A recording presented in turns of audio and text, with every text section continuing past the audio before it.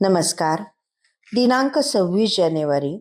कथेचं शीर्षक आहे, विठोबा काय फक्त पंढरपुरातच आहे काय? मंगळवेढ्याची जनाबाई मुलीला सोबत घेऊन पंढरीच्या वारीला निघाली. वादळी पाऊस वाऱ्यामुळे आणि सायंकाळ झाल्यामुळे चालणे अशक्य होऊन ती एका झाडाखाली थांबली. या पावसामुळे आता वारी काही घडत नाही असे वाटून तिला रडू आले. तेवढ्यात वीज चमकली. त्या प्रकाशात समोरच्या झाडाखाली अंधारातच एकटे बसलेले महाराज तिला दिसले. ती धावत त्यांच्याकडे गेली व नमस्कार करून आपली खंत तिने बोलून दाखवली.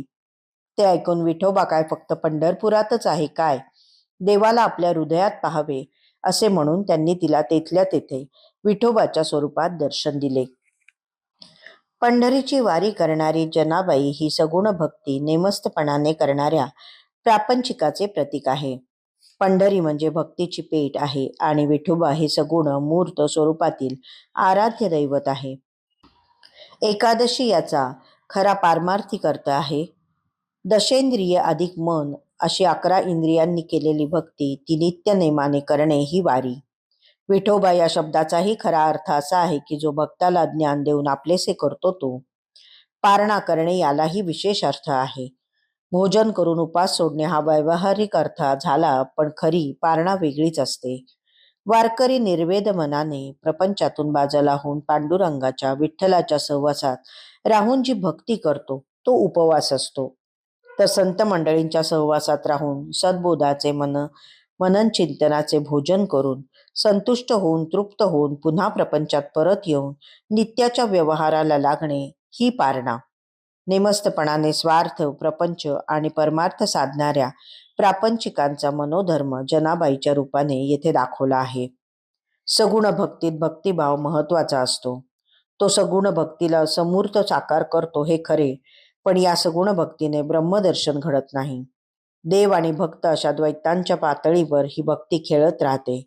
सगुणाच्या पलीकडे निर्गुण ब्रह्म आहे याची जाणीव सगुण भक्तीच्या सर्वोच्च पातळीवर पोचलेल्या नामदेवांनाही नव्हती.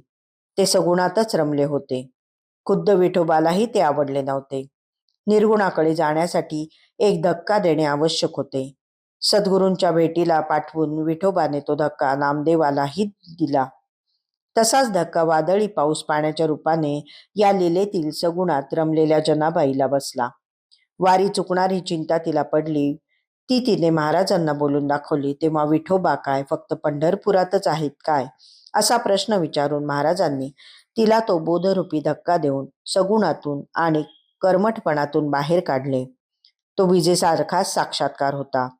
त्या प्रकाशात तिला निर्गुण ब्रह्माचे ज्ञान झाले. तेच विठ्ठल दर्शन होते. जनाबाईने बरोबर घेतलेले गाठोडे म्हणजे तिचा प्रपंच, मायामोह आणि सगुण भक्ती होती. तिची मुलगी हे प्रपंचातील आसक्तीचेच प्रतीक होते. वादळी पाऊस, पाणी व कडाडणारी वीज हे सगुण भक्तीच्या सर्वोच्च टप्प्यावर भक्तीची आत्यंतिक घालमेल होणारी शरणागतीची अवस्था असते. तर झाडाखालचे महाराज म्हणजे भक्ताला भेटणारे सद्गुरू असतात. सगुणोपासकांना गुरुभेटीचे आणि गुरुबोधाचे महत्त्व सांगणारी ही लीला आहे. धन्यवाद.